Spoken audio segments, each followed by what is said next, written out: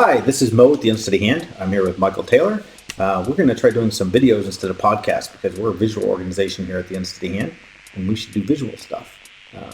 So we're going to turn the tables a little bit today. Rather than me interviewing somebody, Michael's going to interview me, of all things. See how that goes. I'm not sure what he's going to ask, but we'll figure it out in a second. And we're going to go from there. So, Michael, on that note, Michael also has Parkinson's. I have Parkinson's. With Parkinson's, we do that together. So anyway, Michael, go ahead. All right, thanks, Bo. First question is, what has been the biggest change Parkinson's has had in your life? Well, PD, for everybody who's paying attention who doesn't have Parkinson's, is the short term for Parkinson's disease. I think my priorities have changed. Mm-hmm. I think things that used to matter to me a lot don't matter anymore at all. And things that didn't matter as much, they matter more. And the things that really matter a lot. Okay. Can you give us an example? Or I kind of like your example that you used, which is when we're driving. When somebody cuts me off, that used to piss me off. Mm-hmm. Now, couldn't care less. Doesn't matter. Doesn't matter. So it's kind of mellowed you out. It's mellowed me out, and I think that the things that I care about, I try and make happen harder than I did before, and the things that I don't care so much about, I put a lot less effort into. Mm-hmm. So it's been a priority shift, like a paradigm shift of prioritization changed. If that makes any sense. I don't know. All right, and this is kind of similar question, but it's what has been the biggest positive change that's come from it? You think mellowing out, or is there something else that pops to mind? I think it's the Unsteady Hand. For sure. I mean, it has given me a purpose in my life. It fills my bucket. I've always worked in the nonprofit world, and before this, I worked with people with developmental disabilities, and that filled my bucket. But I didn't have any skin in the game. Mm-hmm. And now with this Parkinson's and the Unsteady Hand, I kind of feel like I have skin in the game, and I'm working for me and my people. And so helping people with Parkinson's fills my bucket. And it's interesting. People always tell me to slow down all the time. They're like, "Mo, you got to slow down. You got to slow down." Including me. Including you. And I can't for two reasons. One, I don't know how much time I have to do what I need to get done. Mm-hmm. And what do you mean by that? Well, for people who don't have Parkinson's or don't know about Parkinson's, it's possible that in 3 years, I'll be hunched over in a wheelchair. And it's possible in 20 years, I'll be just like this. Nobody knows. We have no idea. So I don't know if I'm in a hurry, but if I am, I want to be ready. So one, I feel like I have to hurry a little bit because I don't know how much time I've got, which isn't morbid. It's just reality. Right. The other thing is when I slow down, I feel like I have Parkinson's. When I'm busy, I'm fine. Yeah. So I can go 3 or 4 months without having Parkinson's, and then I collapse for 3 days and ugly cry in my bed, and then you're all better. And then I'm all better for 3 or 4 months. So when I slow down is when I feel like I have Parkinson's. So I don't want to slow down. Yeah, that makes sense. I don't know. Yeah. How has it affected the relationships with your family and friends? Well, it's been pretty impactful. I am no longer married to the woman I was married to for 13 years before I got Parkinson's. She didn't leave because of Parkinson's, I don't think. And I think Parkinson's was a factor in our separation. But that was a big change. I didn't have friends before. I was a person who grew up my entire life into my 50s having one friend at a time. Mm-hmm. And now I have lots of friends, which is weird. Yeah. Friends are a lot of work. They are. It's like, damn, I didn't know because I never had any. But now I know that friends are work and it's worth it. Yeah. And I have friends now, which is really cool. Cool.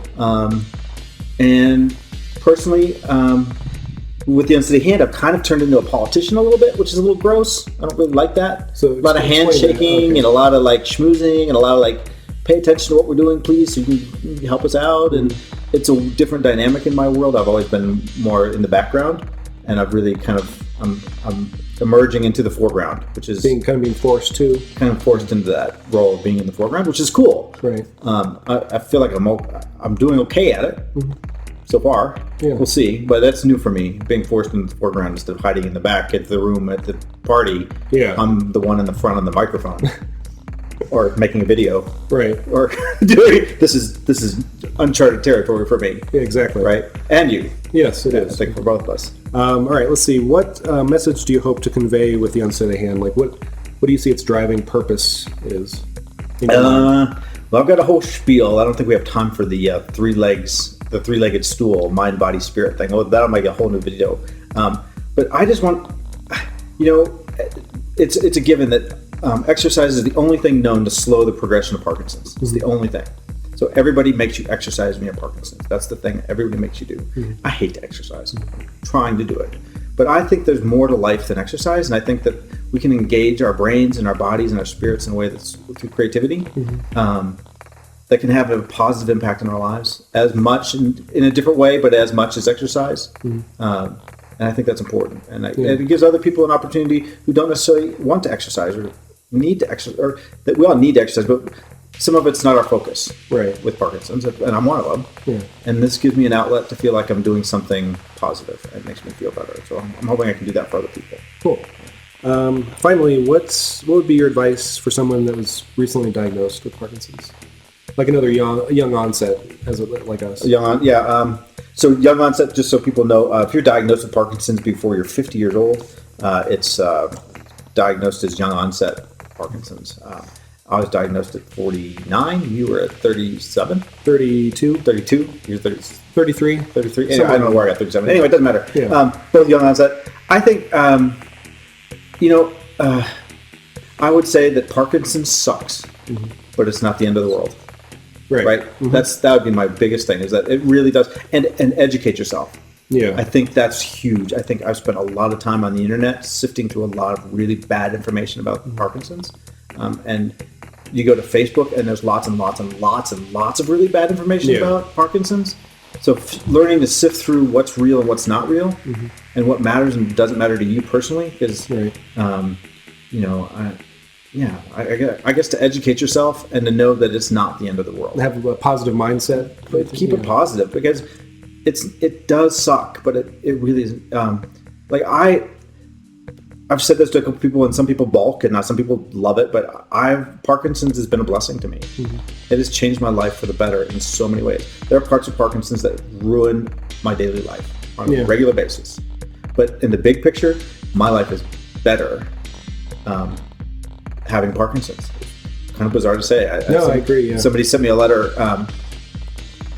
a couple of weeks ago that said, "Dear Mo, although we do not share your love of Parkinson's." And that's kind of how people, I think, see me, as like, I love Parkinson's. I don't love Parkinson's, but I think we can live well with Parkinson's. Like if there was a cure for it tomorrow, you wouldn't say no. I wouldn't say no. I don't expect a cure tomorrow, but I wouldn't say no. Yeah, right. I'd much rather have somebody come up with something to manage my symptoms better than finding a cure, to be quite honest. Right. That's selfish. I'd rather find a cure for everybody else, but for me personally, I don't think it's coming in my lifetime. But it might. I don't know. Who knows? Right. Michael J. Fox, go, go, go. So I don't know. Yes, I would love it to be gone, but we have it, and we can only do what we can do, right? Yeah. Great. Thank you. That's it? Yeah, that's it. Damn, that was easy. Cool. Well, thanks, Michael. Yeah. So that's it. That's what we've got. We're going to try this. We're going to shoot this off onto the YouTube and the Facebook world. We are at theunsteadyhand.org if you want to get a hold of me, or you can reach me at mo@theunsteadyhand.org is on my email if you have any questions or want to chat, and we'll talk to you soon. Thanks. Bye.